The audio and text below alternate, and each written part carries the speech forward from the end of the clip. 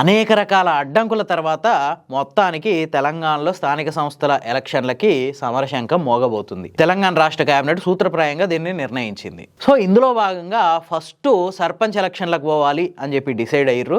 ఈ మేరకు బీసీ రిజర్వేషన్ల మీద ఏర్పాటు చేసిన డెడికేటెడ్ కమిషన్ ఇది ఒక 2-3 రోజులలో ప్రభుత్వానికి ఒక నివేదిక ఇస్తుందంట. అంటే ఈ వార్డు మెంబర్లు సర్పంచ్లకి ఎక్కడెక్కడ ఎవరెవరికి ఎంతెంత రిజర్వేషన్ ఇవ్వాలి అనేది డిసైడ్ చేసి గవర్నమెంట్కి ఒక నివేదిక ఇస్తే ఆ నివేదిక ప్రకారం జిల్లా కలెక్టర్లకు ఆ నివేదిక వెళ్తుంది. దాని ప్రకారం రిజర్వేషన్లు ఖరారు అయితే దాని ప్రకారం తర్వాత షెడ్యూలు, ఆ తర్వాత నోటిఫికేషన్ ఇవన్నీ దాని ప్రకారం వెళ్ళిపోతాయి అన్నమాట. సో ఇంతవరకు బాగానే ఉంది. ఇంతకీ ఇక్కడ గవర్నమెంట్ చెప్పేది ఏంటంటే పార్టీ పరంగా 42% రిజర్వేషన్లు ఇస్తాం అని చెప్తుంది. అసలు సర్పంచ్ ఎలక్షన్స్లో ఎవరు పార్టీ నుంచి పోటీ చేయరు, అందరూ ఇండిపెండెంట్లే. ఇక్కడ అసలు పార్టీ పరంగా 42% రిజర్వేషన్లు ఇస్తాం అనేది ఎట్లా సాధ్యమవుతుంది? ఒక ఊర్లో కాంగ్రెస్ ఏమనుకుంటుందంటే ఒక బీసీ ఆయన నిలబెట్టి సర్పంచ్గా పోటీ చేద్దాం అనుకుంటుంది. అదే ఊర్లో ఉన్న ఇంకొక ఓసీ ఆయన కూడా కాంగ్రెసే, ఆయనకేమంటే నాకు కూడా పోటీ చేయాలనిపిస్తుంది. అప్పుడు ఇద్దరు పోటీ చేస్తారు. అప్పుడు ఏంది పరిస్థితి? ఇది ఇండిపెండెంట్గా పోటీ చేసేది. పార్టీ పరంగా బీఫాములు లాంటివి ఏమి ఉండవు. ఇక పార్టీ పరమైన రిజర్వేషన్ ఎక్కడ చెల్లుతుంది? ఏమున్నా చెల్లేది ఎక్కడ అంటే రేపు ఎంపీటీసీ జెడ్పీటీసీ ఎన్నికల్లో తప్ప ఇది ఇంకెక్కడ చెల్లదు. ఆ ఎంపీటీసీలు జెడ్పీటీసీలు నాలుకే గీసుకునే కాగితంతో సమానం. సో ఇదంతా అబ్జర్వ్ చేస్తే మనకు తెలియదు ఏంటంటే 42% రిజర్వేషన్ అనేది సాధ్యం కాని విషయం. అది తెలిసి అధికారం కోసం హామీ ఇచ్చి ఫైనల్గా ఎందుకు దీన్ని ఇవ్వలేకపోతున్నామంటే సెంట్రల్ గవర్నమెంట్ ఇవ్వనివ్వట్లేదు అనే నెపం నెట్టేసి తప్పించుకునే ప్రయత్నం తప్ప ఇంకోటి కానే కాదు. అసలు అమలు సాధ్యం కానీ హామీ ఇవ్వడమే ఒక తప్పు. ఆ తర్వాత దాన్ని ఎట్లనన్నా మేము సాధిస్తామని చెప్పి బిల్లు తయారు చేసి అసెంబ్లీలో పెట్టిర్రు. అసెంబ్లీలో పాస్ చేసి గవర్నర్ కాడికి పంపించిర్రు. గవర్నర్ దాన్ని కొద్ది రోజులు అట్నే పెట్టుకుని తర్వాత రాష్ట్రపతి రివ్యూకి పంపించిండు. ఆమె రిజెక్ట్ చేసింది. ఆ తర్వాత మళ్ళా ఒక ఆర్డినెన్స్ పేరుతో కొద్ది రోజులు కొంత కహానీ నడిపిర్రు. ఆ తర్వాత మళ్ళీ ఆ ఆర్డినెన్స్ కూడా చెల్లదు అని తెలిసిన తర్వాత జీవో పేరుతో కొద్ది రోజులు కాలయాపన చేసిర్రు. అది కూడా సుప్రీంకోర్టు కొట్టేయడంతో ఇక చేసేదేం లేక పాత రిజర్వేషన్ల ప్రకారమే ఎలక్షన్లకు పోవాలని చెప్పి డిసైడ్ అయ్యారు. ఇది అసాధ్యం, ఇది సాధ్యం కాదు అని తెలిసి ఎందుకు ఇంత కాలయాపన చేసినట్టు? ఎందుకంటే ఒకటి మేము ఇద్దామని చాలా ప్రయత్నం చేసినాం కానీ సెంట్రల్ గవర్నమెంట్ ఇవ్వలేదు. ఇదే, ఇంతకు మించి ఏం అసలు సెంట్రల్ గవర్నమెంట్ ఎందుకు ఇవ్వట్లేదు? సెంట్రల్ గవర్నమెంట్ ఏమన్నా వాళ్ళ ఇష్టానుసారం పరిపాలిస్తారా? రాజ్యాంగబద్ధంగానే కదా పరిపాలించేది. ఏమన్నంటే తమిళనాడులో 69% రిజర్వేషన్లు ఉన్నాయి కదా అంటారు. అసలు తమిళనాడులో 69% రిజర్వేషన్లు ఎట్లా సాధ్యమైనాయి? 1990లో పివి నరసింహారావు ఒక మైనార్టీ గవర్నమెంట్ని ఏర్పాటు చేసిండు. ఆ మైనార్టీ గవర్నమెంట్లో కూడా అప్పుడు తమిళనాడు ముఖ్యమంత్రిగా జయలలిత ఉంది. ఆవిడ పార్టీ అన్నా డిఎంకే ఎంపీలు చాలా కీలకం ఆ సెంట్రల్ గవర్నమెంట్కి, పివి నరసింహారావు గవర్నమెంట్కి.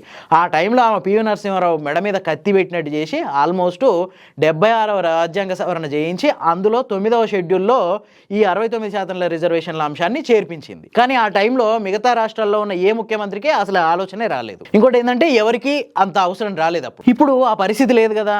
దేశంలో మైనారిటీ గవర్నమెంట్ లేదు, అట్లాగే రాష్ట్ర ప్రభుత్వాలకి భయపడే గవర్నమెంట్ అసలుకే కాదు, వాళ్ళకి కంప్లీట్ మెజారిటీ ఉంది. ఇప్పుడు ఒకవేళ కేంద్ర ప్రభుత్వం భయపడాలంటే ఇద్దరికి భయపడగలుగుద్ది. అది కూడా ఒకటి Bihar CM Nitish, 2 AP CM Chandrababu Naidu. వీళ్ళిద్దరూ ఏదైనా ఒత్తిడి చేస్తే మరి ఇది సాధ్యం అవుద్దేమో. ఆ దిశగా రేవంత్ రెడ్డి ప్రయత్నించడానికి కూడా అవకాశం ఉంది. ఎందుకంటే వాళ్ళంతా ఫ్రెండ్స్. ఇప్పటి వరకు సెంట్రల్ గవర్నమెంట్ వల్లే మేము బీసీ రిజర్వేషన్లు ఇవ్వలేకపోతున్నాం అని గట్టిగా ఒక స్టేట్మెంట్ కూడా రాలేదు ఇక్కడ ఉన్న తెలంగాణ కాంగ్రెస్ గవర్నమెంట్ నుంచి. బీజేపీ ఎప్పుడు ఏం చెప్తుందంటే మేము మతపరమైన రిజర్వేషన్లకు వ్యతిరేకం. సో ఇక్కడ తెలంగాణ గవర్నమెంట్ ఏం చేసిందంటే ఈ 42% రిజర్వేషన్లో ముస్లింల్లో ఉన్న బీసీలు కూడా దీంట్లో జాయిన్ అవుతారని చెప్పింది. దాంతో ఇదే సాగ్గా చూపించి బీజేపీ గవర్నమెంట్ దాన్ని పక్కకు పడేస్తుంది. ఇప్పుడు మేము ఇచ్చిన మా హామీ, మీరు ఇచ్చిన హామీ ఎట్లా అమలు చేసుకుంటారో మీరు అమలు చేసుకోండి, మాకు సంబంధం లేదు అని చెప్పి బీజేపీ నిర్మోహమాటంగా చెప్తుంది. సో ఇక్కడ మొత్తానికి తేలింది ఏంటంటే తెలంగాణలో అధికారంలోకి రావడానికి ఒక అసాధ్యమైన హామీని ఇచ్చేసిర్రు. అది అమలు సాధ్యం కాదని తెలిసి ఇన్ని రోజులు సాగదీసిర్రు. ఇప్పుడు చివరికి ఏం చెప్తున్నారంటే పార్టీ పరంగా 42% రిజర్వేషన్లు ఇస్తామంటారు. పార్టీ పరంగా 42% రిజర్వేషన్లు ఎట్లా సాధ్యమైద్ది? అసలు సర్పంచ్ ఎలక్షన్లలో పార్టీ పరంగా ఎవరు నిలబడరు, అందరూ ఇండిపెండెంట్లే. మరిగా 42% రిజర్వేషన్ ఎవరికి ఇస్తావు? ఇక మిగిలింది ఎంపీటీసీలు జెడ్పీటీసీలో రిజర్వేషన్లకు వచ్చిన తర్వాత అసలు మీ లోకల్ నాయకత్వం ఎంతవరకు పార్టీ పరంగా 42% రిజర్వేషన్లు ఇవ్వనిస్తుంది?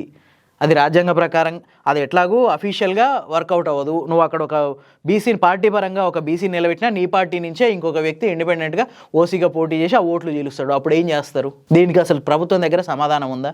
రాజ్యాంగం ఒప్పుకొని ఒక హామీనిచ్చి అది అమలు కాకపోవడానికి కారణం ప్రతిపక్షాలే అని చెప్పి ప్రతిపక్షాల మీద ఈ నెపాన్ని నెట్టేయడానికి ఒక వ్యూహం తప్ప ఇందులో మరి ఇంకేమీ లేదు. దాన్ని ప్రతిపక్షాల మీదకి నెట్టాలనే ఒక వ్యూహం తప్ప ఇందులో మరి ఇంకేమీ లేదు. బీసీ రిజర్వేషన్లు అమలు కావాలంటే ఖచ్చితంగా రాజ్యాంగ సవరణ జరగాలి. ఆ విషయాన్ని 9వ షెడ్యూల్లో చేర్చాలి. అప్పుడే దాని మీద న్యాయ సమీక్షకు అవకాశం ఉండదు. అది జరగాలంటే సెంట్రల్ గవర్నమెంట్ మీద కొట్లాడాలి. సెంట్రల్ గవర్నమెంట్ని ఎలా ఒప్పించాలో ఆలోచించాలి. అది వదిలేసి మేము ప్రయత్నం చేసినాం అంటే ఉపయోగం ఉండదు. ముచ్చటంతా విన్న తర్వాత మీకేమనిపిస్తుంది? నిజంగానే కాంగ్రెస్ గవర్నమెంట్ చిత్తశుద్ధితో బీసీ రిజర్వేషన్ల కోసం కొట్లాడిందా? మీ అభిప్రాయాన్ని కామెంట్ల రూపంలో తెలియజేయండి. ఇలాంటి మరిన్ని మంచి అనాలిసిస్ల కోసం ది ఫోర్త్ ఎస్టేట్ ఛానల్ని సబ్స్క్రైబ్ చేసుకోండి. Thank you.